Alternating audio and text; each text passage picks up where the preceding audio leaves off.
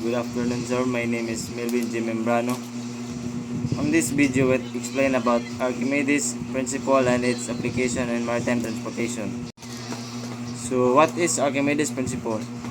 Archimedes' principle states that any object placed in a fluid like water experiences an upward force, buoyancy force, equal to the weight of the fluid it displays.